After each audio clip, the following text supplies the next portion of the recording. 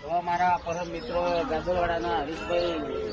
75 માનું ખાલડું ગાતા હોય એને ગાવું હોય તે કેવી ગવાય તો ગાઈ નાખું. આજ લેબડાના રે પોને પોને